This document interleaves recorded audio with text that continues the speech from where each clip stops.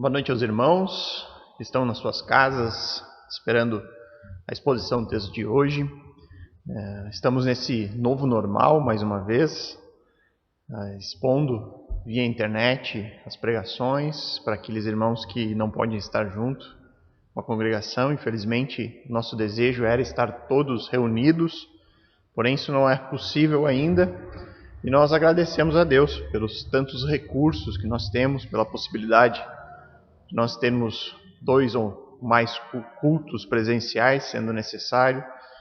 Mas, mesmo assim, a transmissão da internet também pode trazer um alimento sólido, trazer aí a palavra de Deus que vai ser explicada, e com isso certamente traz encorajamento, traz consolo, traz esperança a todos nós. Então, eu gostaria que você fosse abrindo a sua Bíblia em Mateus 16. Hoje nós vamos fazer a leitura dos versos 13 a 18, mas nós vamos nos concentrar apenas no versículo 18 aqui essa noite.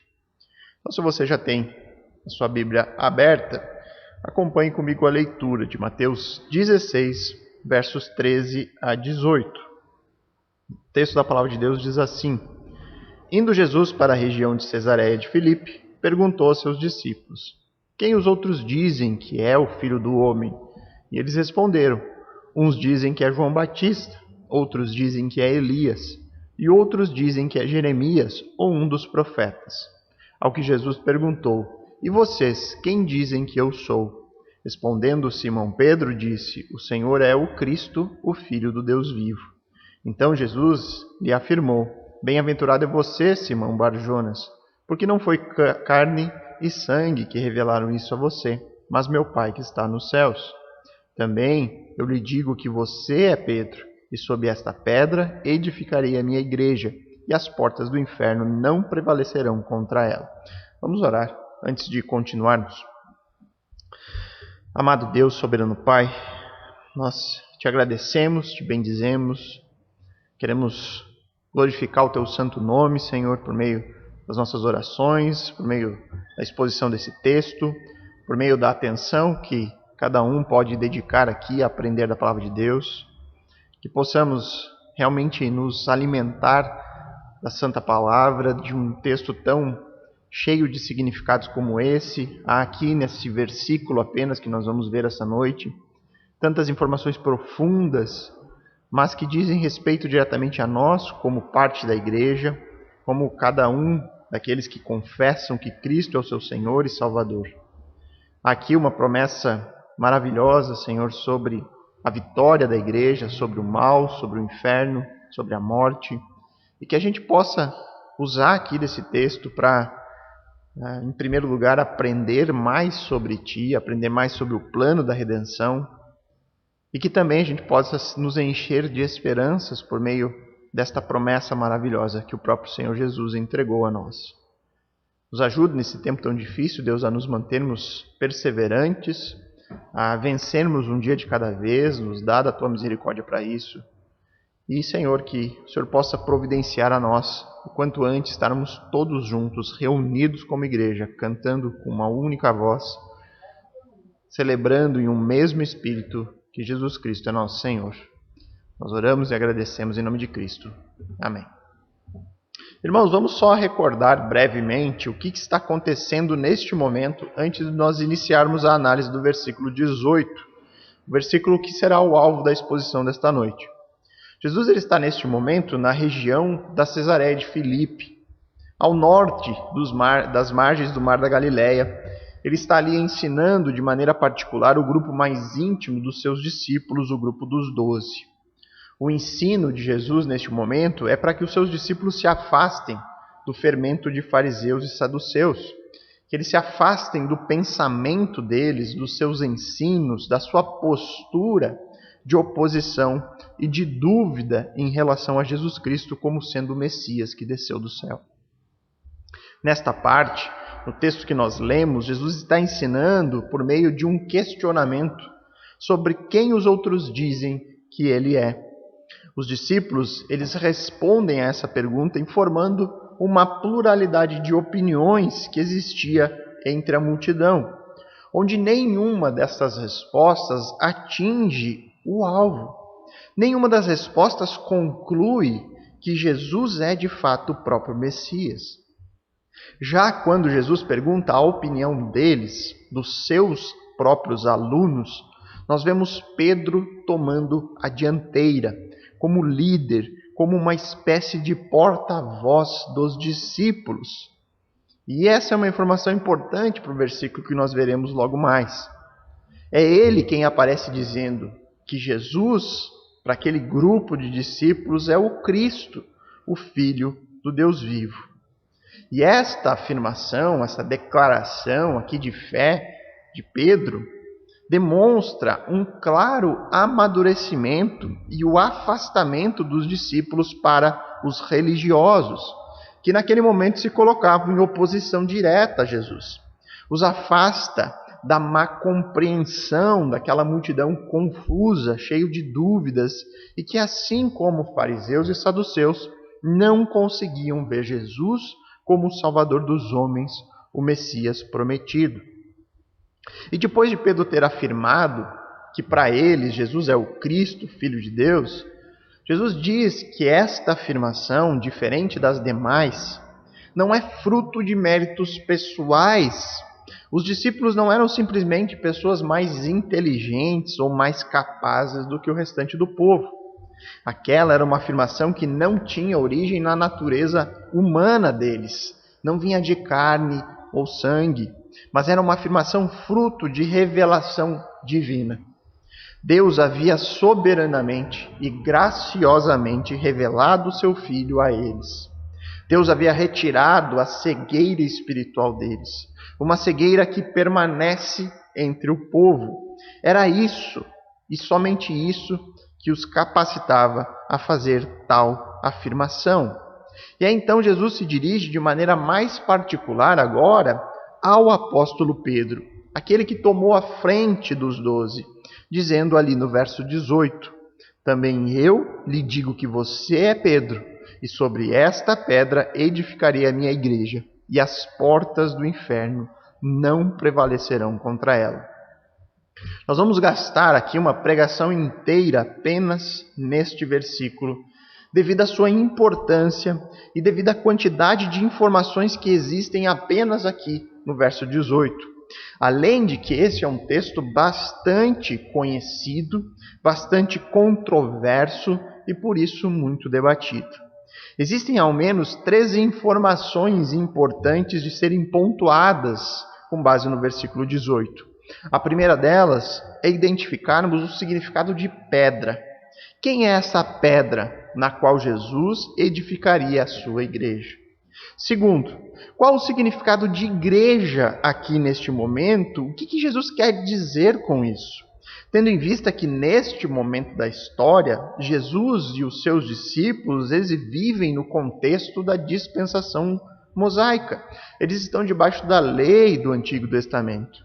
E terceiro, qual a importância desta promessa final em relação a esta nova construção que seria edificada, chamada de igreja?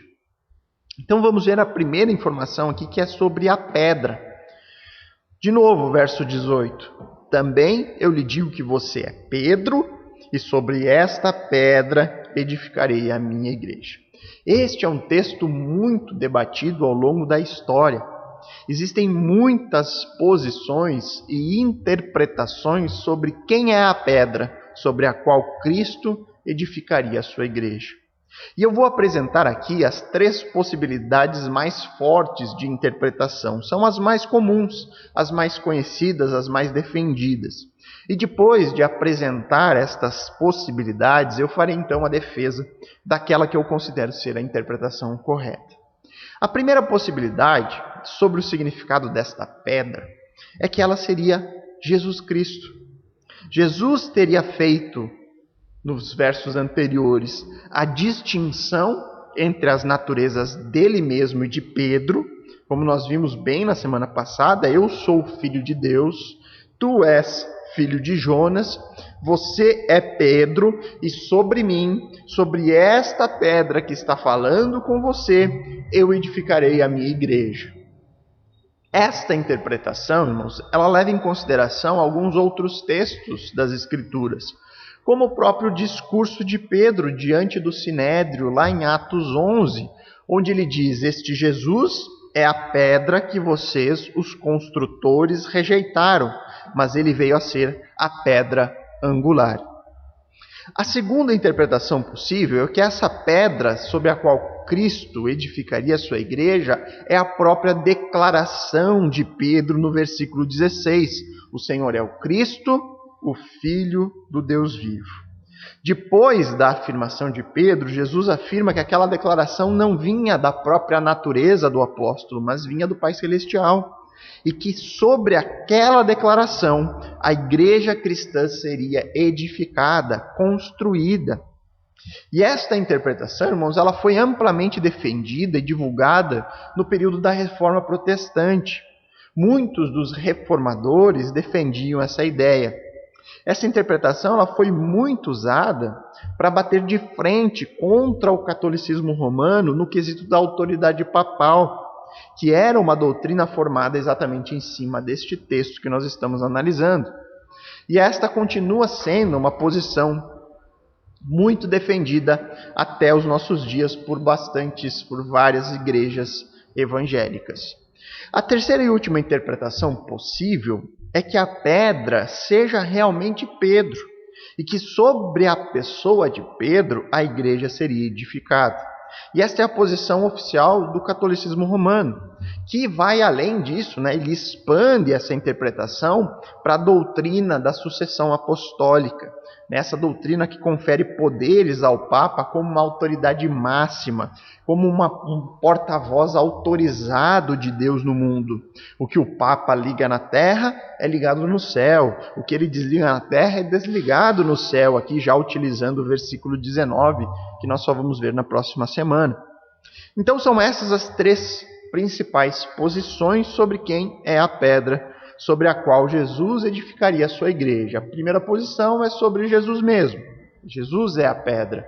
A segunda posição, de que a declaração dada por Pedro, de que Jesus é o Cristo, Filho de Deus vivo, esta é a pedra sobre a qual a igreja seria edificada. E a terceira, que é, de fato, o próprio apóstolo Pedro. Então nós vamos fazer aqui uma análise gramatical do texto para ver o que ele nos diz. Primeira coisa que claramente chama atenção é o jogo de palavras entre Pedro e pedra. E sobre isso nós devemos considerar que o texto que neste momento nós temos em mãos, o texto que nós acabamos de ler, ele não foi escrito na língua original. Jesus nem os apóstolos falavam português. Será que esse jogo de palavras, que no texto para nós aqui é muito claro, entre o nome de Pedro e a pedra sobre o qual a igreja seria edificada, se manteria no idioma original? Então, quando nós vamos para o texto grego, nós percebemos que sim, o jogo de palavras se mantém exatamente da mesma forma como está no português. Existe a variação apenas de uma letra. Tu és Petros, e sobre essa pedra edificarei a minha igreja. Entretanto, mesmo assim, fica aqui um certo dilema. Será que esse jogo de palavras foi intencional da parte de Jesus? Ou pedra aqui ela pode significar outra coisa que não a pessoa de Pedro? E aqui entra mais um detalhe que pode muitas vezes ser esquecido. Que quando Jesus teve esse diálogo, essa conversa com Pedro, o idioma que eles falavam não era o grego que foi escrito no Novo Testamento, mas era o aramaico. E é aqui que nós encontramos talvez o argumento mais forte, mais contundente na defesa de que Jesus está realmente se referindo a Pedro como a pedra na qual ele edificaria a sua igreja. Pelo que nós sabemos hoje do idioma aramaico, se torna quase que inquestionável a intenção de Cristo em fazer isso. Jesus ele teria usado a exata mesma palavra nos dois momentos, porque a base aramaica para o nome Cefas, que é Pedro, é a mesma palavra utilizada para se referir a uma pedra. Então, se nós fôssemos traduzir literalmente do aramaico para o português, Jesus teria dito algo assim a Pedro: Tu és pedra, e sobre esta pedra edificarei a minha igreja. Portanto, esta variação que nós temos feita por Mateus no texto grego, ela foi produzida apenas para preservar o jogo de palavras que Jesus utilizou quando falou diretamente a Pedro. Como no grego o feminino Petras, pedra, ele não pode significar um nome masculino, Mateus ele utilizou esse jogo que é para conservar esta ideia aqui de Jesus. E este jogo de palavras ficou conservado, inclusive, na nossa língua portuguesa, entre as palavras Pedro e pedra. Além disso, existe aqui no versículo, você pode observar aí no verso 18, a conjunção e.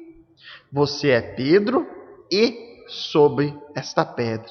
Este pequeno e aqui, ele está ali para unir, para conectar as duas frases e não para fazer algum tipo de contraste entre Pedro e a pedra. Existe aqui uma conjunção gramatical. Uma sentença está ligada, relacionada diretamente à outra.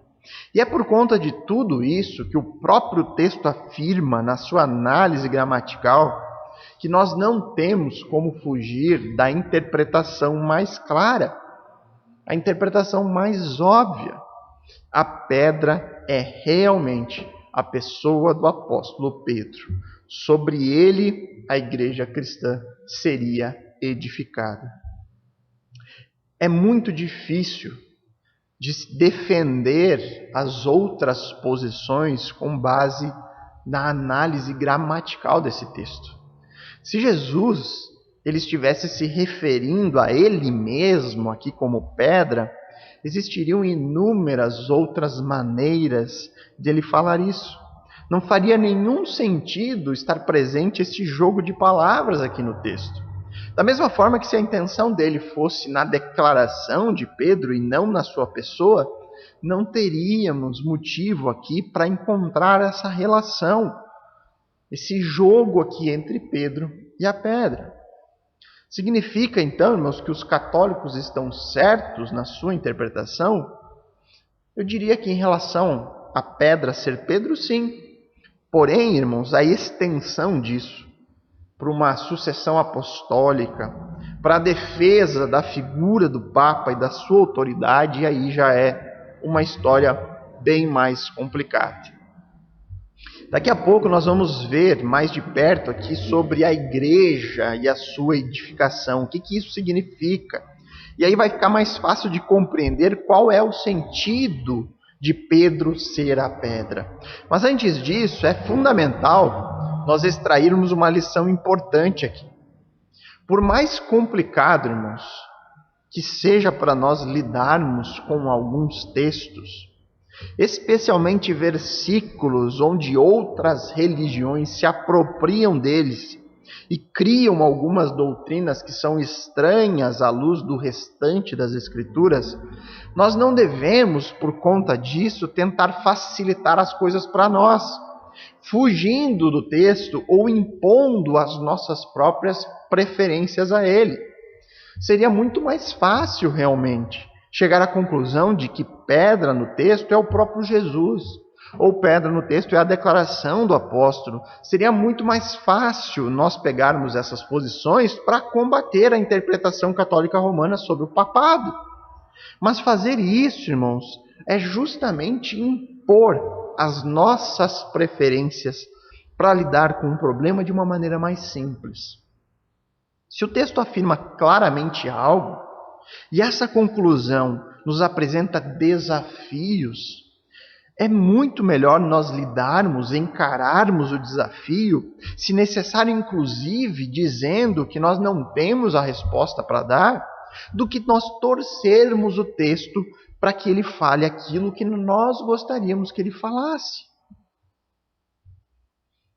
Um outro exemplo disso, que eu poderia citar aqui como ilustração, é o caso, famoso texto, da consulta de Saul a médio de Endor, lá em 1 Samuel 28. Nós encontramos lá um texto complicadíssimo para nós.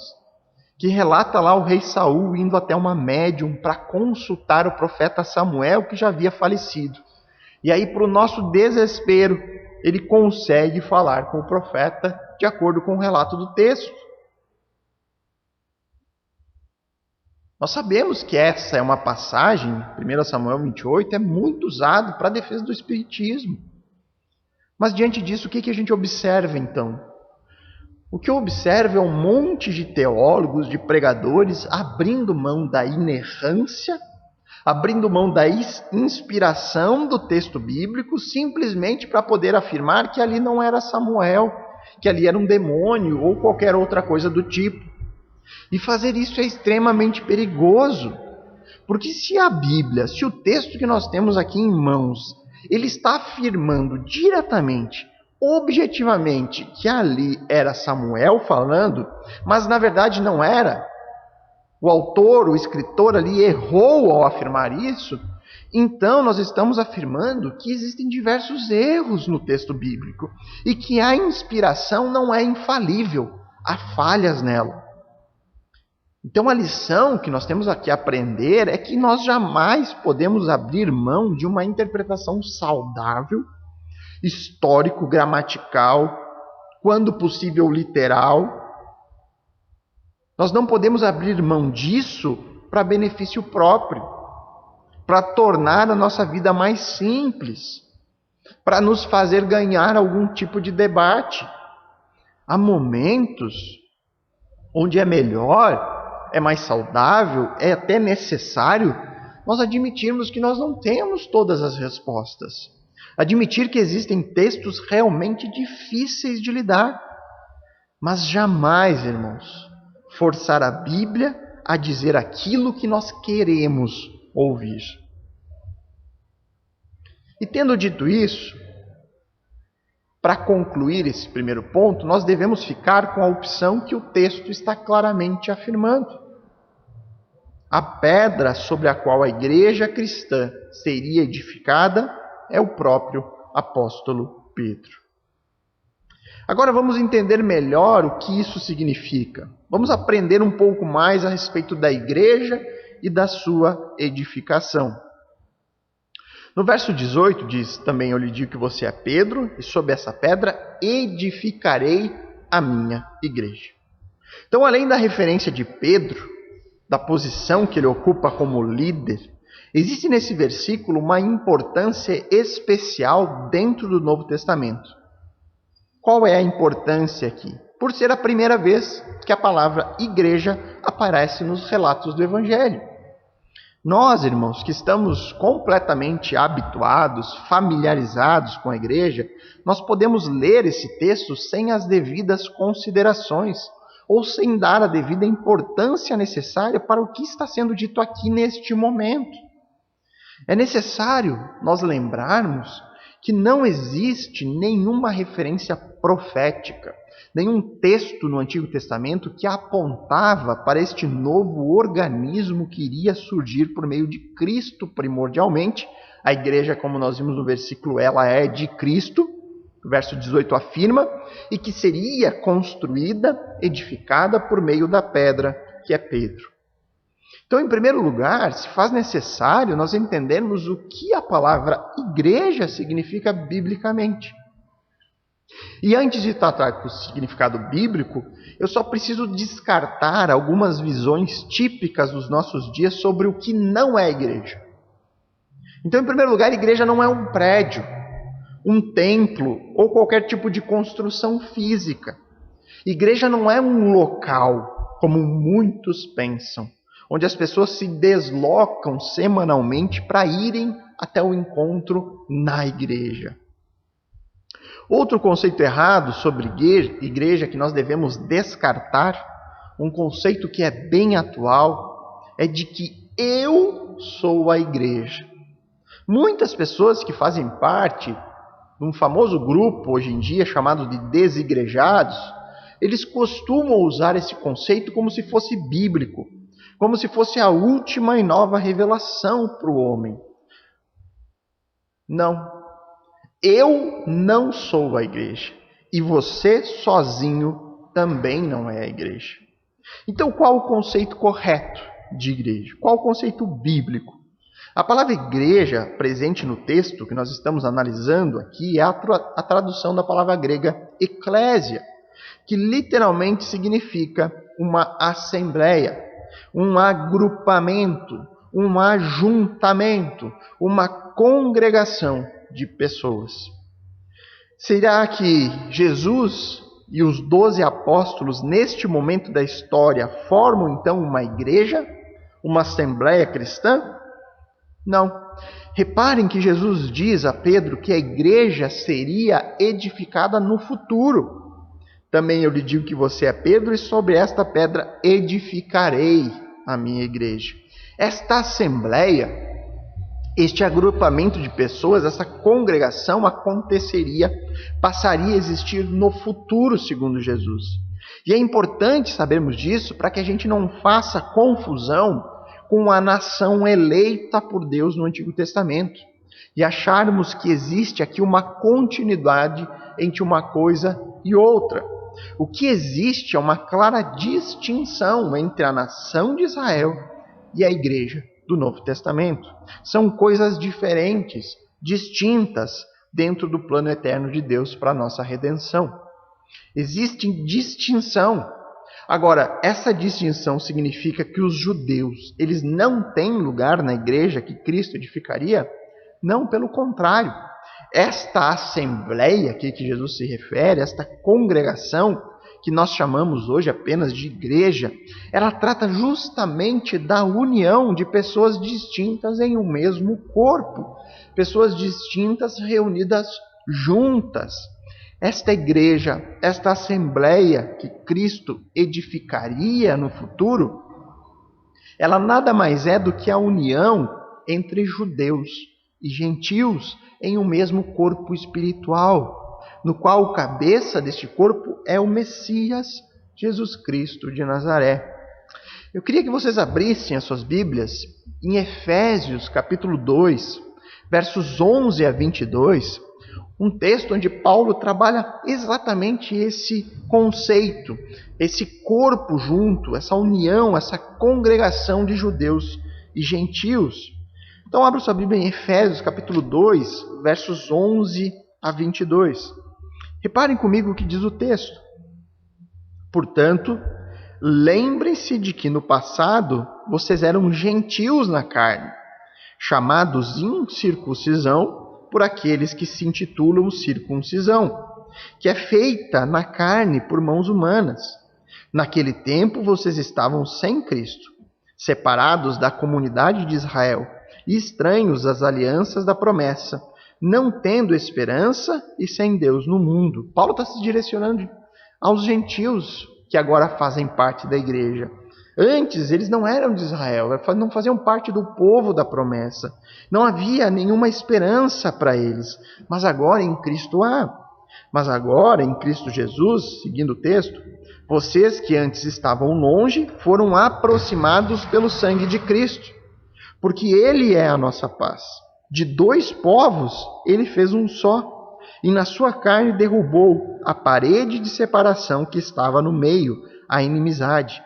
Cristo aboliu a lei dos mandamentos na forma de ordenanças, para que dos dois criasse em si mesmo uma nova humanidade, fazendo a paz, e reconciliasse ambos em um só corpo com Deus, por meio da cruz, destruindo a inimizade por meio dela. E quando veio, Cristo evangelizou paz a vocês que estavam longe, e paz também aos que estavam perto, porque, por meio dele, ambos temos acesso ao Pai em um só Espírito. Assim, vocês não são mais estrangeiros e peregrinos, mas concidadãos dos santos e membros da família de Deus, edificados sobre o fundamento dos apóstolos e profetas, sendo Ele mesmo, Cristo Jesus, a pedra angular. Nele, todo edifício bem ajustado cresce para ser um santuário dedicado ao Senhor. Nele também vocês estão sendo edificados, junto com os outros, para serem morada de Deus no Espírito. Então o conceito é exatamente o mesmo da construção. Aqui Paulo coloca Jesus como a pedra angular, aquela que é onde é tiradas as medidas para a construção. Em cima da pedra angular, que seria o fundamento, digamos assim, né, onde a base ela é alicerçada, você tem o fundamento dos apóstolos. Então é a pedra, o fundamento, a pedra angular, e aí é construído o fundamento, que é apostólico, as doutrinas, e em cima disso vem toda a construção da igreja. Então essa união entre judeus e gentio, era isso que Cristo estava falando aqui. Era isso.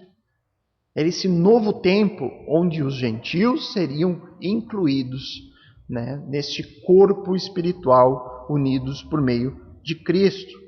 Portanto, todas as pessoas que creem em Jesus como Messias ou Cristo, Filho do Deus vivo, essas pessoas são inseridas em um corpo espiritual.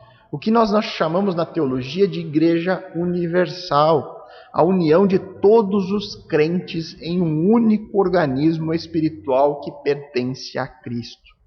Este corpo de Cristo, e é importante frisar isso, porque Jesus diz, eu edificarei a minha igreja. A igreja iniciaria, ela seria construída, ela começaria a ser edificada, ela passaria a existir na história por meio de Pedro. Mas não entenda isso, irmãos, como sendo sobre a pessoa de Pedro apenas.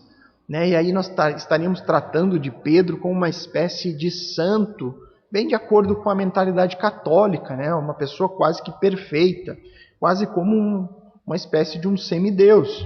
A questão é que a igreja, ela não seria edificada apenas por causa da pessoa de Pedro.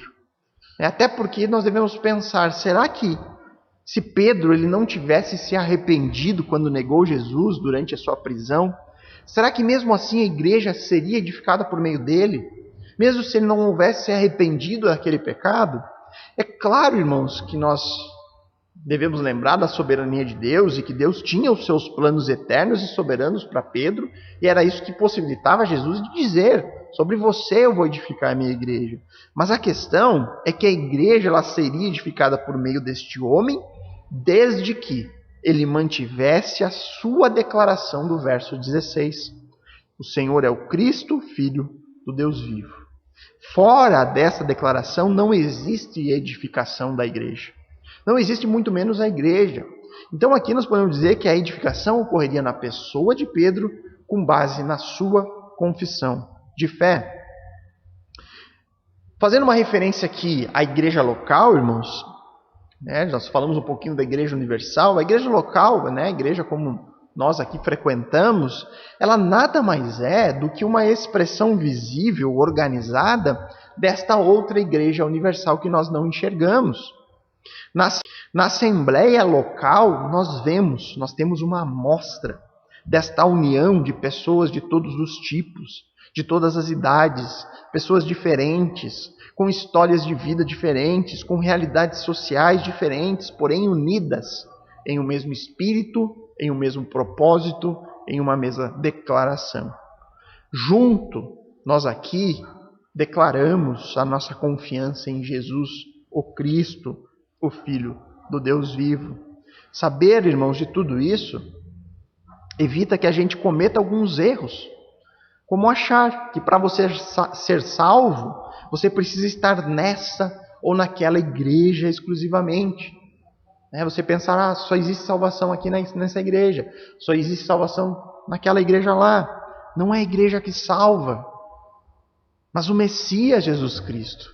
A salvação vem em Cristo e Cristo nos insere neste corpo espiritual chamado igreja. Saber disso também evita o erro de rejeitarmos todo tipo de igreja organizada, como muitos hoje fazem. Rejeitam todo tipo de instituição religiosa cristã, como se elas existissem apenas com o propósito de enganar as pessoas e de lucrar por meio da fé delas. É claro que existem muitas distorções, mas uma igreja bíblica saudável, ela é um presente de Deus para nós.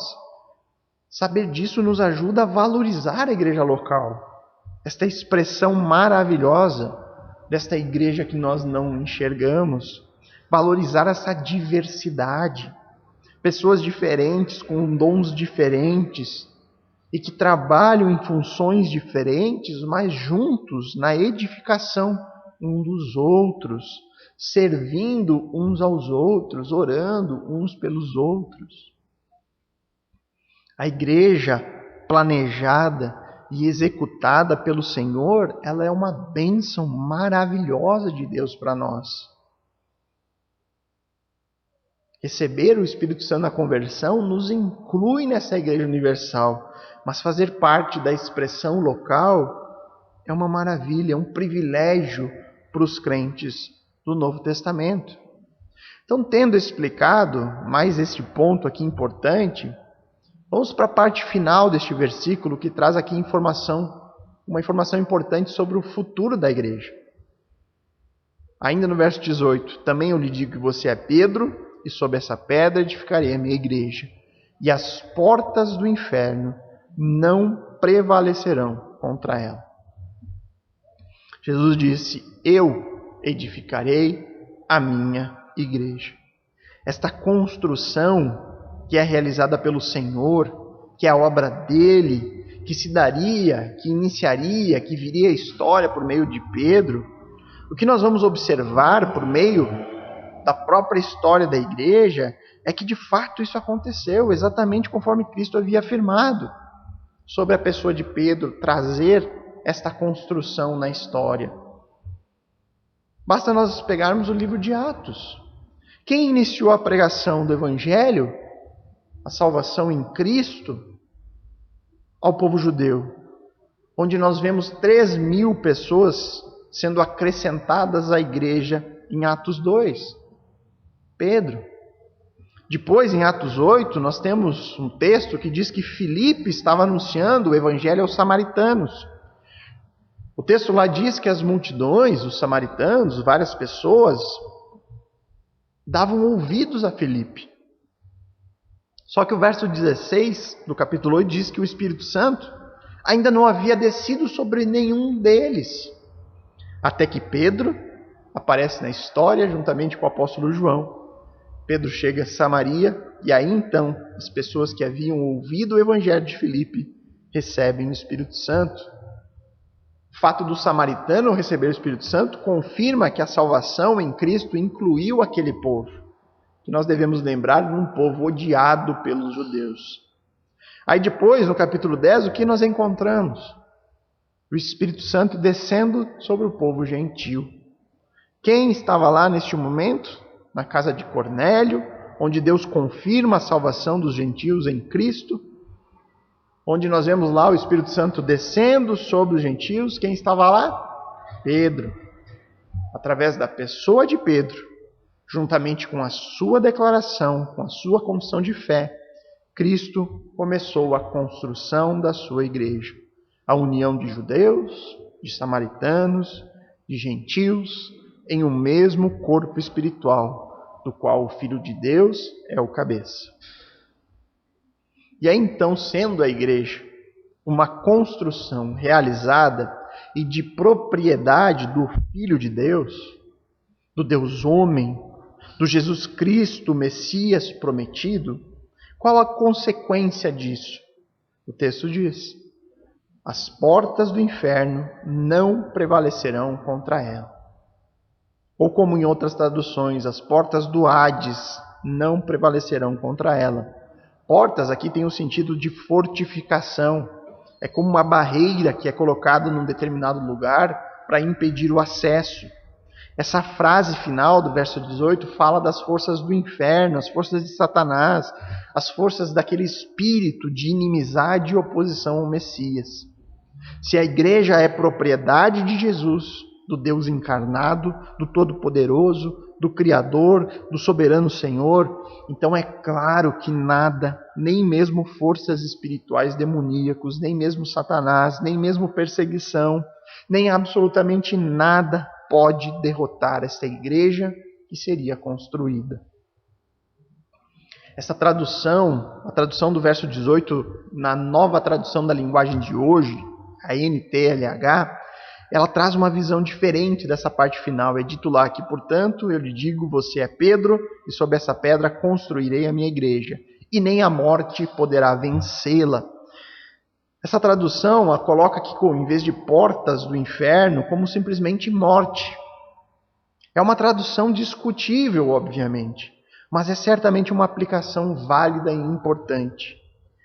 Quando a gente fala que nada pode derrotar a Igreja de Cristo, isso inclui a morte. Nem mesmo a morte pode acabar com a Igreja cristã. Mate todos os cristãos verdadeiros no mundo e a Igreja de Cristo ressurgirá, gloriosa na ressurreição. Satanás já tentou essa estratégia nos primeiros séculos por meio de intensa perseguição. Porém, quanto mais sangue cristão era derramado, mais cristãos brotavam da terra. E que verdade maravilhosa é essa, irmãos?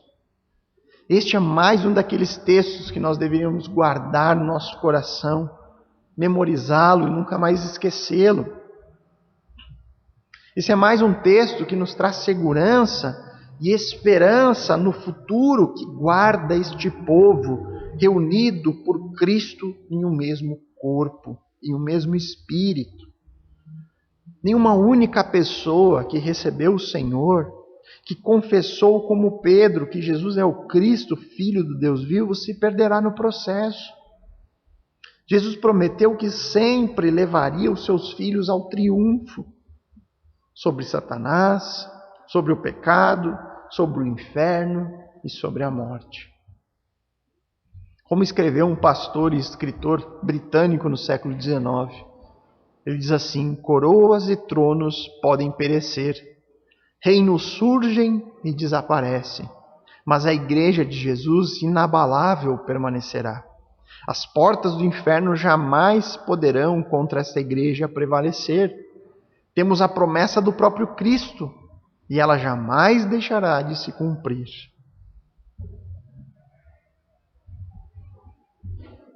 Além disso, irmãos, este versículo 18, que diz, também eu lhe digo que você é Pedro, e sobre essa pedra edificarei a minha igreja, e as portas do inferno não prevalecerão contra ela, é mais um caso, irmãos, daqueles que essas palavras não fariam nenhum sentido se tivessem saído da boca de um homem qualquer. Se Jesus não é quem dizia ser, se Cristo é apenas um bom homem que passou por este mundo, então este versículo, em especial essas palavras finais aqui, que fala que a igreja prevalecerá, elas não significariam nada para nós. E aqui nós temos que recordar do sinal de Jonas, o sinal da ressurreição. Porque a ressurreição confirmou, autenticou todas as palavras e ensinos de Jesus. É por isso que nós temos a certeza de que essa promessa não foi entregue por um lunático ou por um mentiroso, mas ela foi entregue pelo próprio Deus que se fez carne e que tinha autoridade para entregar a sua vida e para reavê-la. O que nós temos aqui, então, são palavras de uma viva esperança. E eu falo em viva esperança conforme nós já aprendemos o significado bíblico disso em outra oportunidade. Esperança na Bíblia é uma plena certeza. Não resta nenhuma dúvida sobre isso. Sobre o que não há nenhuma dúvida? De que nada pode derrotar a igreja de Cristo. Nós devemos lembrar dessas palavras quando nós estivermos desanimados. Lembrar disso quando nós sofremos rejeição ou oposição durante o evangelismo. Quando nós sofremos perseguição por defender a palavra de Deus ou os princípios cristãos, em meio a uma sociedade que vive sob o domínio de um espírito que rejeita a Deus e rejeita tudo aquilo que vem dele. Nós não devemos nos preocupar com rejeição, com sofrimento, com perseguição. Nós devemos nos lembrar que nós fazemos parte de uma igreja vitoriosa. Rejeição, oposição, sofrimento, nada disso deve nos surpreender. Nós devemos nos manter firmes, sabendo que um dia todos reconhecerão o domínio e a autoridade de Cristo. Um dia isso vai acontecer. Só que para alguns será tarde demais, porque eles estarão diante de um juiz e não mais diante de um redentor. Mas para a igreja será tempo de festa, o tempo da consumação das promessas. Promessas essas que são certas. Este tempo vai acontecer. Nós só não sabemos a data, mas é certo. Nós devemos nos apropriar dessas palavras. Em tempos de dor, de dificuldade, de sofrimento, tempos de luta para a própria igreja local, nós devemos lembrar esta promessa preciosa que Cristo nos entregou. Nada pode derrotar a igreja do Senhor Jesus.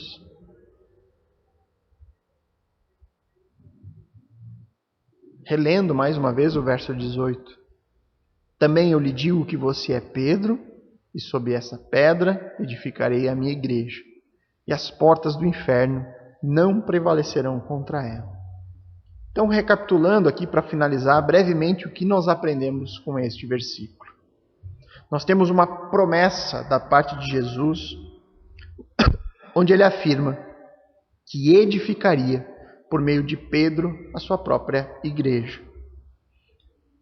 A união entre judeus e gentios em um mesmo corpo, em uma mesma assembleia, reunidos em uma congregação, algo que era extremamente improvável naquele tempo, unir judeu e gentio, samaritano e judeu. E esses grupos distintos de pessoas estão debaixo de uma mesma confissão de fé, unidos nela. Qual confissão é essa?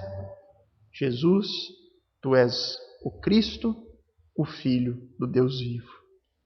Toda pessoa, independente de nação, de língua, de cor, de condição social, todos em Cristo fariam parte da igreja do Senhor Jesus. Uma igreja que será guardada, protegida, onde nem mesmo as portas do inferno, nem mesmo todo o poder de Satanás, nem mesmo a morte poderá prevalecer contra ela. Esta igreja que hoje, se você pessoalmente confessa Jesus como Cristo, o Filho do Deus vivo, o seu único e suficiente Salvador, você faz parte dela. Não se esqueça jamais daquilo que Deus lhe diz por meio da sua palavra. Em Cristo nós estamos seguros, completamente seguros, e permaneceremos seguros nele até o fim. Na próxima semana, irmãos, nós vamos finalizar a análise deste texto nos versículos 19 e 20. Vamos orar.